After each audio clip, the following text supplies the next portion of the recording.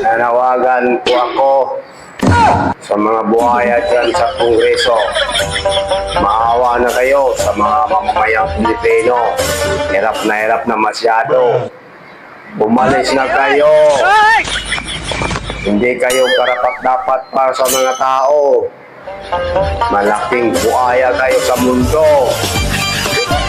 Mga buhaya, lumayas na kayo. Parang awa nyo na. Baka yun pang dahilan na sumabog ang iyong mga tiyan dahil sa sobrang dami ng ninakaw nyo. Shout out sa inyo.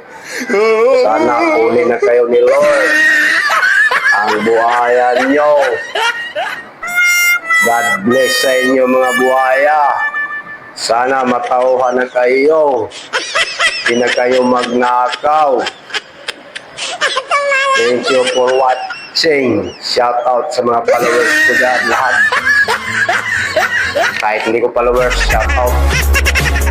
Bashers lahat. Shout out. Mag-share kayo, mag-comment kayo, share kayo. Thank you.